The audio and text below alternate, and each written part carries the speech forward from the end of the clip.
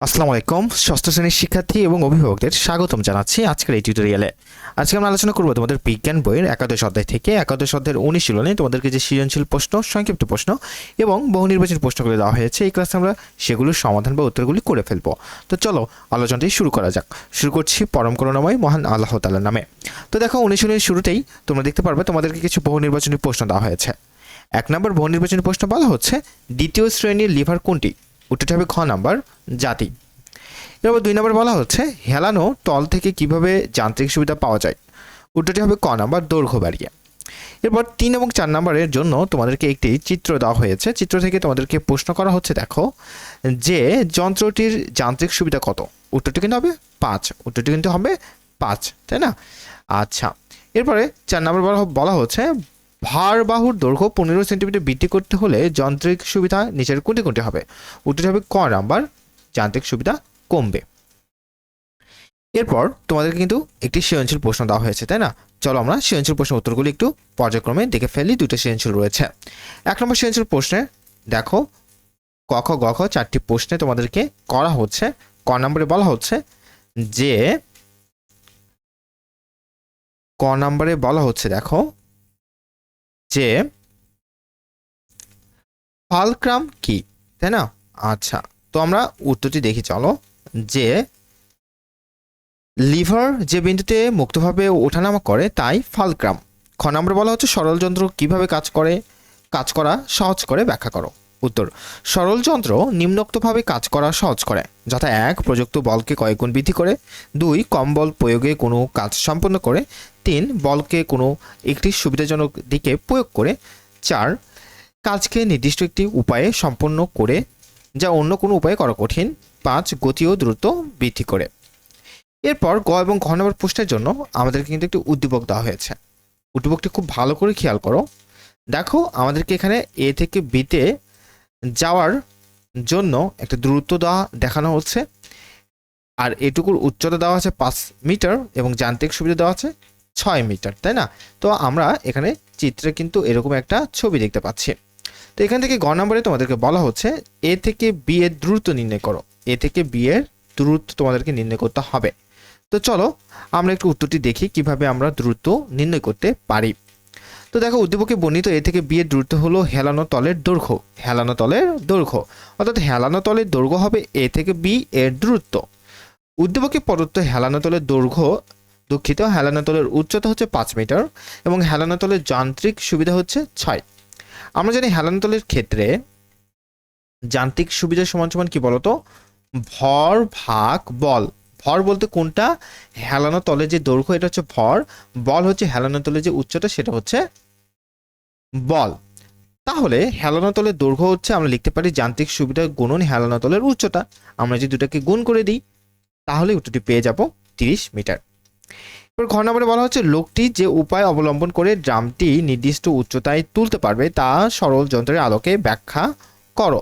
আমরা উদ্দীপকে খেয়াল করি, এই লোকটি যে ড্রামটুকু তুলতে পারবে, এই যে উদ্দীপকের লোকটি ড্রামটুকু যে তুলতে পারবে, তো এইখানকার কথা তোমাদেরকে বলা হচ্ছে যে লোকটি যে উপায় অবলম্বন করে ড্রামটি নির্দিষ্ট উচ্চতায় তুলতে পারবে তা সরল যন্ত্রের আলোকে ব্যাখ্যা করো। উত্তরটি দেখি। দেখো, লোকটি ড্রামটি তুলতে যে ব্যবস্থা অবলম্বন করবে তা হলো হেলানো তল ব্যবস্থা। হেলানো তল ব্যবস্থার সুবিধা হলো এর সাহায্যে একটি ভারী বস্তুকে খাড়াভাবে তোলার চেয়ে গড়িয়ে উপরে তোলা সহজ হয়, কারণ হেলানো তলের উপর দিয়ে বস্তুকে গড়িয়ে তুলতে দূরত্ব বেশি অতিক্রম করতে হলেও বল প্রয়োগ কম করতে হয়। হেলানো তলের যান্ত্রিক সুবিধা কি কি দেখি আমরা। যান্ত্রিক সুবিধা সমান সমান হেলানো তলের দৈর্ঘ্য ভাগ হেলানো তলের উচ্চতা। এ থেকে বোঝা যায়, একই উচ্চতায় উঠাতে হেলানো তলের দৈর্ঘ্য যত বেশি হবে যান্ত্রিক সুবিধাও তত বেশি হবে। ফলে খারাপভাবে বস্তুকে উপরে তোলার তুলনায় গড়িয়ে তোলার ক্ষেত্রে সুবিধা অনেক বেশি পাওয়া যায়। এ ছিল এখান থেকে ঘ নম্বর প্রশ্নের উত্তরটি। এরপর আমরা 2 নম্বর সৃজনশীল প্রশ্নের উত্তরগুলি একটু পর্যায়ক্রমে দেখে ফেলি। চলো, দেখো, ক নম্বরে বলা হচ্ছে যে লিভার কাকে বলে? উত্তর, লিভার হলো একটি সরল যন্ত্র যাতে একটি শক্ত দণ্ড কোনো অবলম্বনের উপর ভর করে কোনো একটি বিন্দুতে মুক্তভাবে ওঠানামা করে বা ঘোরে।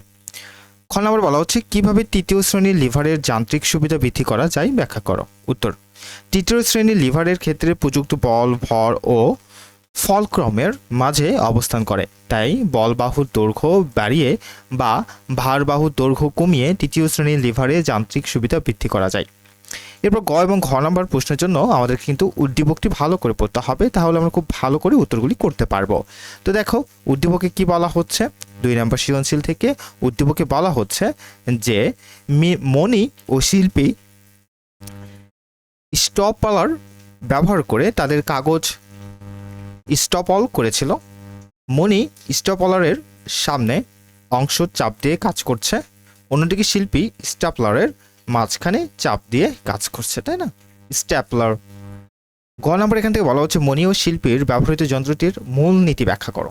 তো আমরা চলো গ নম্বর উত্তরটি একটু দেখে ফেলি, যেটার মূল নীতি কিভাবে ব্যাখ্যা করা যায়। উত্তর, মণি ও শিল্পীর ব্যবহৃত স্ট্যাপলার যন্ত্রটি এক ধরনের লিভার, তাই লিভারের মূলনীতি হবে স্ট্যাপলারের মূলনীতি। যন্ত্রটির নীতিমালা হলো নিম্নরূপ, যেখানে বলা হয় বল গুণন বলবাহুর দৈর্ঘ্য সমান সমান ভর গুণন ভরবাহুর দৈর্ঘ্য, বা ভর ভাগ বল সমান সমান বলবাহুর দৈর্ঘ্য ভাগ ভরবাহুর দৈর্ঘ্য। বানানগুলো একটু ঠিক করে নিবা।